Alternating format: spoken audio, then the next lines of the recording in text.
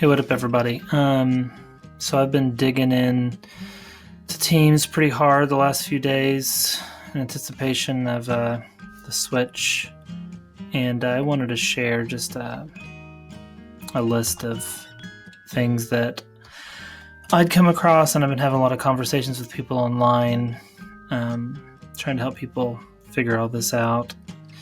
And so yeah, I compiled this little list that I think will be helpful.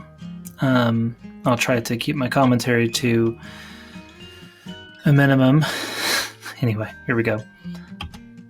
Number one, there are different versions of Teams. So if you're talking to one person and their experience is markedly different than yours, there's a reason. And it's because there are 3 different versions you can use. You can use the browser version, which is it's basically the same thing device to device. If you're on Chrome, the browser version is going to look pretty much the same. There is an app for Mac and PC, and then again, that one's really similar. It's pretty much the same thing. And then thirdly, there's a Chromebook app that you can get from the Play Store. And the district has already, cleared that one, so people can download it if they want. Teachers, not students. So, yep, number 1, there are different versions of Teams.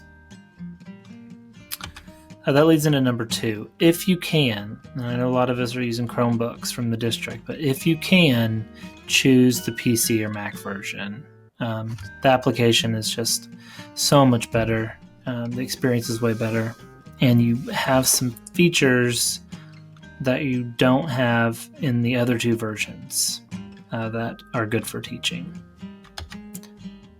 The biggest one, number 3, is that if you have the PC or Mac app, you have the large gallery. So Teams defaults to like a 3x3 grid, so 9 people, as many as you can see at once. If you have the Mac or PC app, you can do the large gallery, which is a 7x7 grid, so you can see 49 people. Huge upgrade. It really makes a big difference. You also get something called Together mode. If you haven't seen that, I won't spoil it, but you get that too. So, big selling point for the app is the potential to get the large gallery. Also, this is an aside, but if you have that app and you don't see the gallery or the Together mode, you can do there's a couple things that it might be. One, if you can see them, but they're grayed out, that just means you don't have enough people in your meeting yet to turn them on. You have to have enough participants for it to go white so you can click on it and use it. The other one is you might just need to go and check for updates. I can show you how to do that, but if you just click your face or the circle icon on the top right to get to your settings, you'll see check for updates, and that will do it. You can also go to settings in the app and click on new live experience, and that does it too. So if you don't see it, it's a real easy fix. Okay, so that was number 3, large gallery. Number 4, if you are on a Chromebook, you do not have access to the 7/7 grid. That might have been clear from number 3, but I just want to make it extra clear because I know it's a source of frustration for people.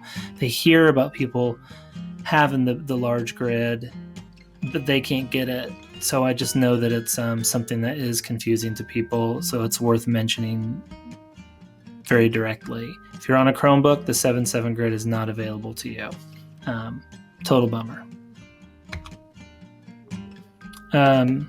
Okay, number 5. I understand that this is my opinion, but I do think I have a leg to stand on at this point. If you're on a Chromebook, use the browser, not the app. Okay?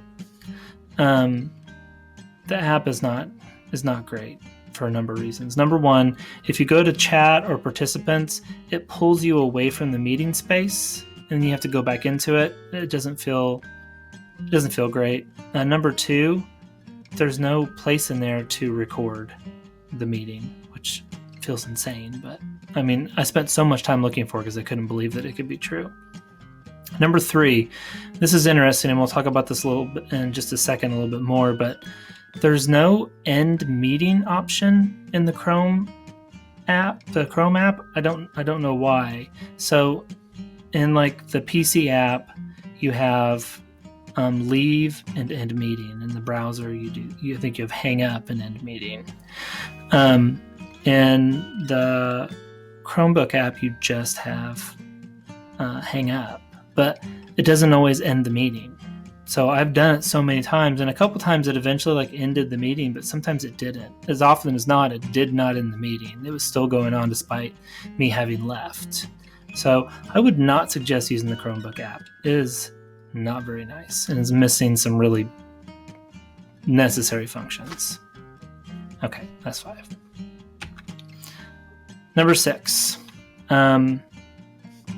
Like we were just talking about, if you're done with the meeting, you need to select end meeting instead of leave. I was running my first training and I had like 70 people in there and my stuff it wasn't going well. I needed to restart my computer. So I left, kind of not actually knowing totally what was going to happen. Restarted my computer. Luckily, that was a pretty fast process. I jumped back in and 70 peeps were still sitting there. So leaving is not the same thing as ending. So that's really important because one of the things we're trying to get that we weren't getting from Meets is the ability to just shut it down. So I'll show you this too, but I want to say it out loud. In the app, on the PC and Mac app, it's real easy. You have up in the top right-hand corner, it says like leave, but then there's an arrow. And if you click the arrow, end meeting is in there. Okay. In the browser, you'll see the little telephone on your toolbar, and that's just to leave. You need to click your 3 dots for more options and click end meeting when it's time to end it. Okay. Also, I'm going to quit talking about the Chromebook app now. I think that me spending any more time showing it or talking about it is just not going to be a valuable use of time. So I'm moving on. Number 7. If you're sharing your screen, you can't see your students. It's very much like Google Meets that way. I think we're hoping for a bit of an upgrade, more of like a Zoom deal where you could, pull up a view and see people. No dice. I have not spent that much time splitting screens and seeing how well that worked and such. I'll tell you honestly, when I was doing my trainings, I logged into the app on my phone and then I could see people. I know that's not super poetic or whatever, but it worked. And the app on the phone is actually pretty nice. I liked it. So that's something. Okay. 8. If you're sharing your screen, your students can't see each other if they're on a Chromebook. Okay, most of them will be. And if you've seen it, it's like just like circles with people's initials in it. You're not seeing people. I think it's actually kind of good news because if you can't see them and they can't see each other while things are being shared, well, you're all sort of in it together. I have been in as an attendee while someone else was running it on the PC app, and I could see people and I could go pin people and switch off of the share screen like you can do in Zoom. So on the PC and Mac app, you do have a bit more functionality with what you can and what you can see when things are being shared. Again, I think, most of our students are going to be on Chromebooks. Number 9, students don't have access to chat. They just don't. If they're using chat, they are logged in as guests. I've heard some different people say different things about this.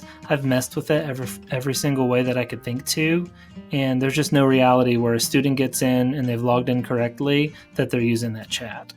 So if it happens, it's fine. You accidentally let someone through the lobby that was a guest. It's not that big a deal. Just tell them you're going to send them out. And when they leave, when you kick them out or whatever, they'll immediately see a button that says sign in. They'll see one that says rejoin and also see one that says sign in. They just need to click that one that says sign in and just pop back into the lobby. It's not that big a deal. Okay, so anyway, don't want to argue about that one, but pretty freaking term, right? Number 10. If you record the meeting, it will place a download in the chat eventually, or it won't. I tried to record both of my meetings the other day. They were both around 40 minutes, and neither one of them ever showed up.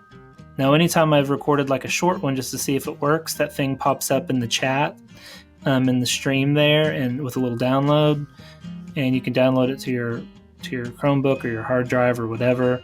But those 2 times I tried to record long ones, they just never showed up.